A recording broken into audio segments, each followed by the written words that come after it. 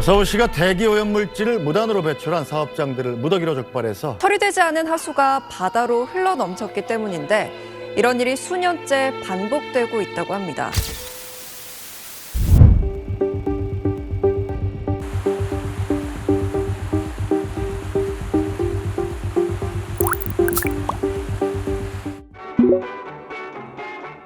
빨리빨리의 민족답게 빛의 속도로 산업을 고도화한 대한민국.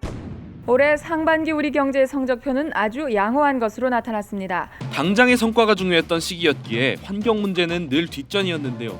환경 관련 범법 행위는 사회 공동체 질서를 파괴하는 행위입니다. 하지만 더는 어물쩍 넘어갈 수 없는 환경 문제.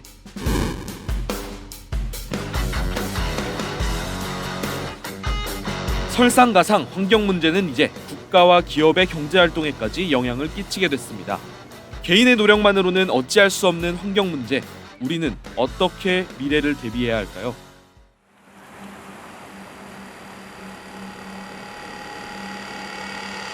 이게 뭐예요? 오염 배출에도 관리하는 방식을 사업장 단위로 통합하여 오염물질 배출을 최소 최적화하는 환경 관리 방식. 환경 영향이 큰 20개 업종의 대형 사업장 대상.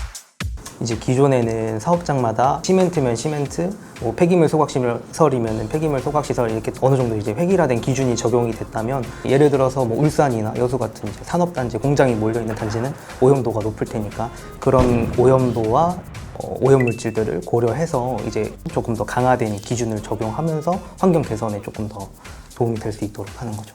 그러니까 매연, 폐수 등 오염물질 배출 농도만 확인하던 이전과는 달리 배출되는 오염물질 농도에 오염물질이 주변에 미치는 영향에 기존 장소의 환경과 오염 수준까지 고려해서 환경평가를 하겠다는 겁니다.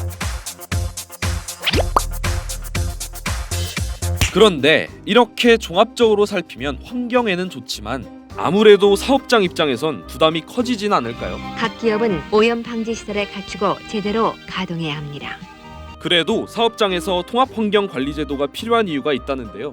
이제 기존에는 이제 배출 허용 기준이 이제 한 번이라도 초과하게 되면은 뭐 과태료를 받거나 이런 사항이 있었는데 공정의 뭐 트러블이나 이제 뭐 정전 등의 그런 사고 때문에 수치가 높게 나왔다고 해도 이제 전후 관계를 살펴보고 문제가 없다면 그 부분에 대해서는 행정처분을 하지 않아서 이제 사업장에서는 어느 정도 합리적으로 운영할 수 있는 기회가 된 것 같습니다.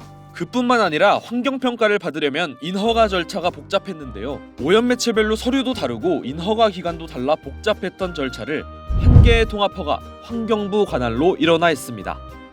시간과 비용 중복을 개선해 관할기관, 사업장 모두 행정 효율을 확보하게 되는 거죠. 예를 들어서 대기에서 나오는 물질이 물을 통해서 저감을 하게 되면 그 물질이 폐수에도 녹아들 수도 있고 폐기물을 처리하다가 그 물질이 뭐 토양으로 이제 스며들 수도 있고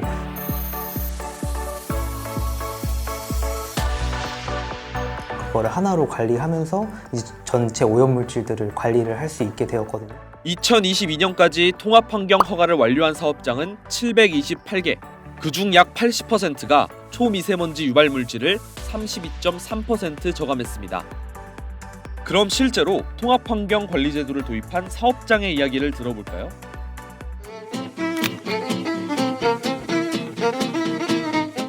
반도체 업종 특성상 수백 종의 화학물질을 사용하는데도 불구하고 2021년에 통합허가를 받은 뒤 SK하이닉스 이천 사업장의 대기오염물질 배출량은 오히려 감소했습니다.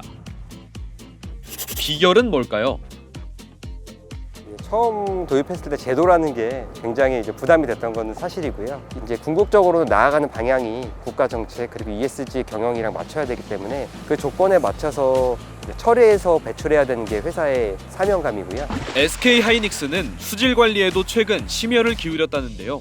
공장에서 발생한 폐수를 정화해 시민들의 휴식 공간을 조성하고 폐수 관리 차원에서 인근 하천 수질과 수생태계를 상시 모니터링한다고 합니다.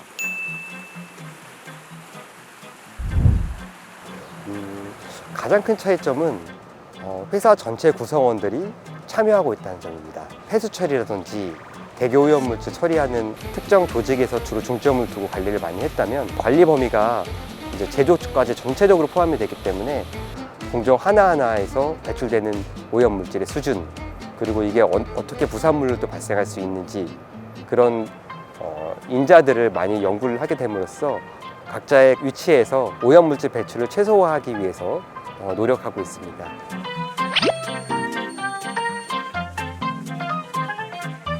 통합환경관리제도를 도입하게 되면 배출 기준은 강화됩니다. 분명히 강화되는데 대신 기업이 자율적으로 줄일 수 있는 부분을 찾을 수 있습니다. 이제 2024년까지 플라스틱, 섬유 등의 업종의 유예 기간이 끝나고요. 2024년부터는 시멘트 제조 업종이 추가로 적용 대상 업장이 됩니다. 적용 대상 사업장이면 늦지 않게 허가를 받아야겠죠? 허가를 받기 위해서는 아무래도 서류 작성부터 몇 단계 과정을 거쳐야 하는데요.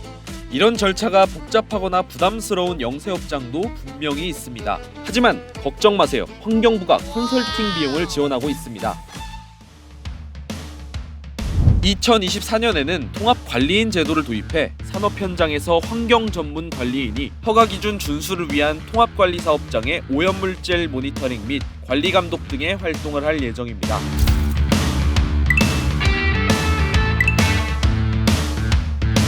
미션 임파서블을 미션 파서블로 만들 통합환경관리제도. 사람, 자연, 환경 모두가 함께 성장하는 내일을 기대합니다.